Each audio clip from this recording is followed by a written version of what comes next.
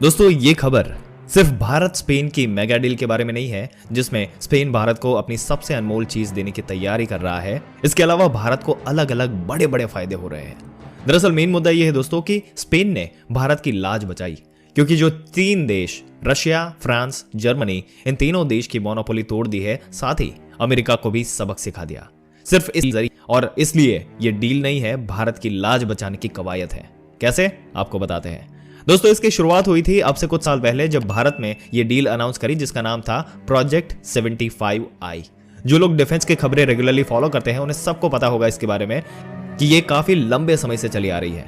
इसके तहत भारतीय नौसेना ने 6 पनडुब्बी खरीदना चाहता था और इसमें भारत ने कुछ शर्तें रखी थी।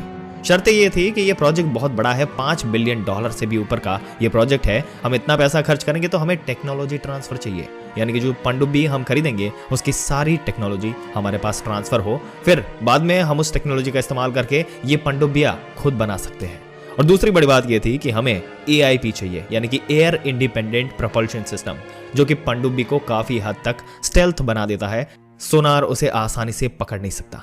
इसके अलावा हमें थोड़ा सा डिस्काउंट भी चाहिए था। अब क्योंकि ये बहुत बड़ा प्रोजेक्ट था तो इसमें बहुत मोटी कमाई हो सकती थी, इसलिए विदेशों की तमाम बड़ी कंपनियां जो भी पनडुब्बी बनाती है, सब इस कॉन्ट्रैक्ट को पाने के लिए कूद पड़ी।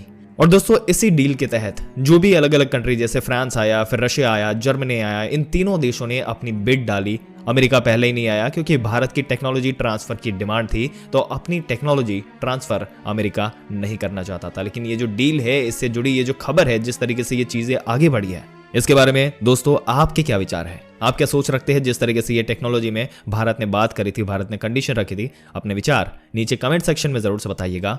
इस वीडियो को जितना हो सके अपने दोस्तों, रिश्तेदारों के साथ शेयर करें, ताकि उनको भी इसके बारे में पूरी जानकारी मिले। और ऐसी ही जानकारी पाते रहने के लिए हमारी चैनल को सब्सक्राइब करके बेल आइकन जरूर से दबा दें।